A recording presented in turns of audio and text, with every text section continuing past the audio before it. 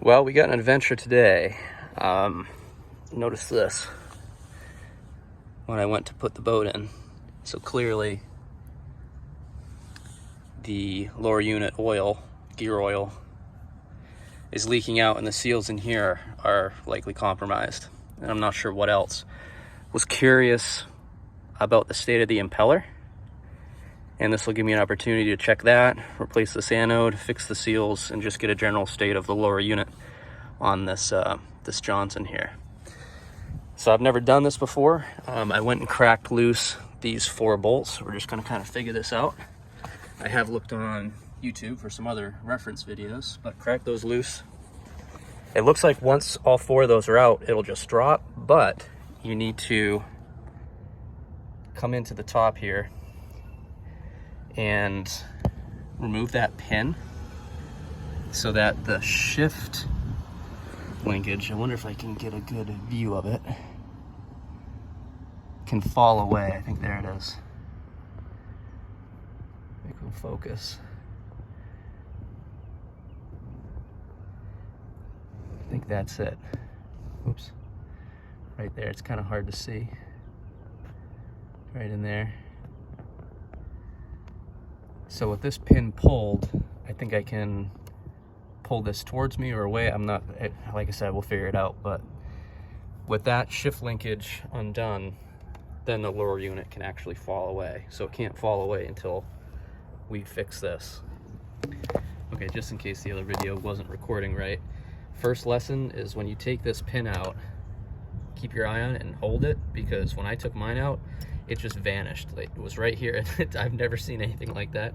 It's like it vaporized. I have no idea where that thing went. Luckily, it looks like it was just a simple cotter pin of some kind, so hopefully it'll turn up, but keep your eye on that thing, because that was great. It just disappeared. So anyway, the problem was that shift linkage was sticking, so I just made this little hook out of a coat hanger and stuck it in there and was able to just push back on the shift lever because the pin was out, and then pull on that linkage so that you can see that it's now separated and free and can just fall down when the lower unit falls away.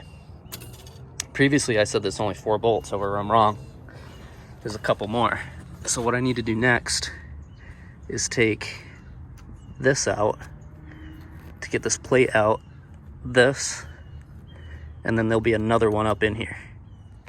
So I'm starting at separation now. I took out this bolt, the one up in here, 9/16 I think, this one, cracked all of these loose and just slowly started loosening it up progressively, and the case is starting to separate. So we'll just continue this and drop it down. Well, I mean, pretty simple. It's off now.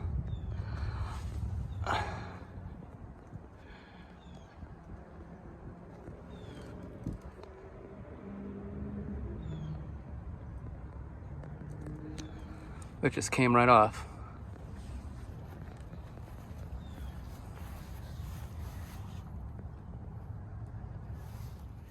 I got it here on the truck, a makeshift workbench.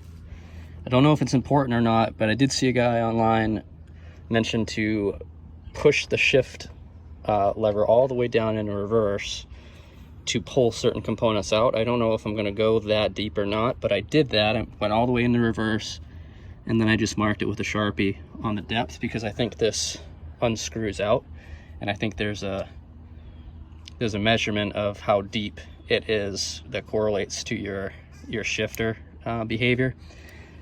Not sure if I'll need it, but I marked it. Seemed like a good idea.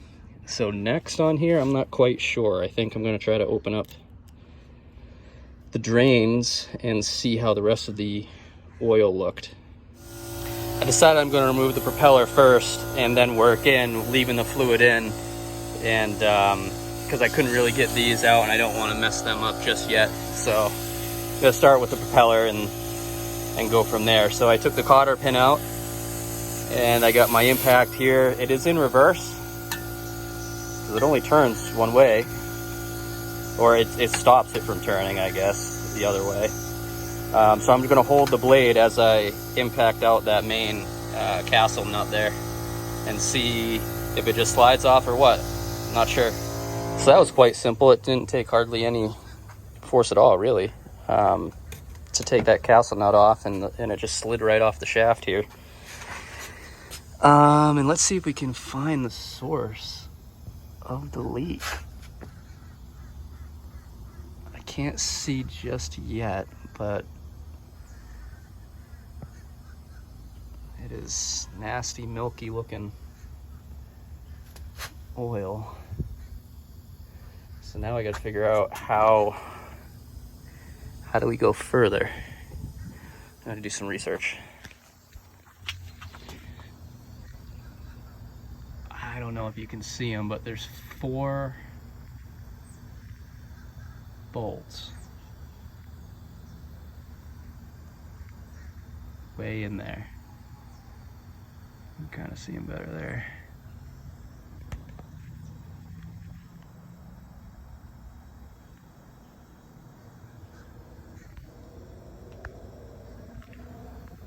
So I think I need to undo those, and from what I read, there's O-rings behind them, so maybe that's our failure point. We'll see. Update, this was on here and I was playing around with it. I took the screwdriver, placed it behind here, gave it a tap that direction, and this spacer, I don't know what it is, popped right off. So that'll give me easier access into these bolts now. That must be our failure point for sure, because I opened up those lower bolts and the oil started to come out. I'm gonna see if I can't get the other one undone and then drop it in here. We'll get a closer look at what it looks like. I think there might be, can't quite tell, I think I see some glitter in the oil, which would be, you know, obviously mechanical damage as well as it being contaminated clearly. Let's take a closer look at this in the sun here. Oh, I moved it and it's draining. I see, you know, a little bit of flecks and specks of metal, but not a massive amount, I would say. But what do I know? I'm not a boat mechanic.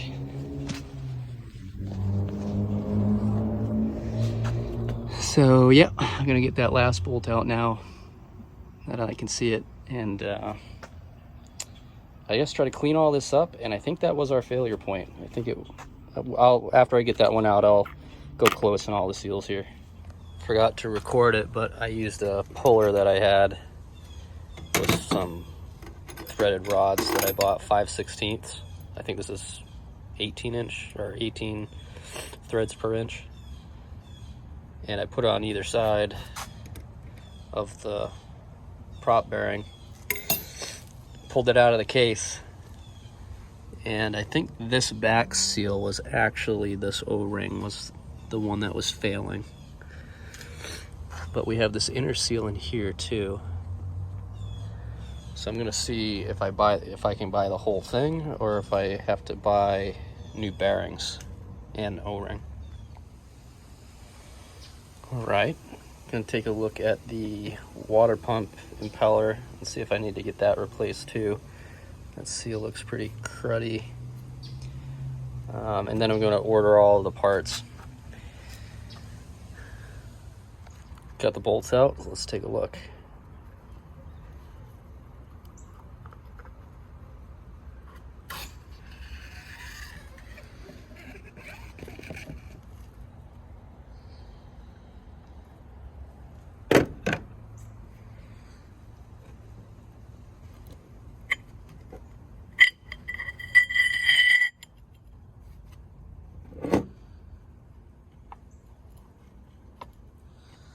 That looks fine.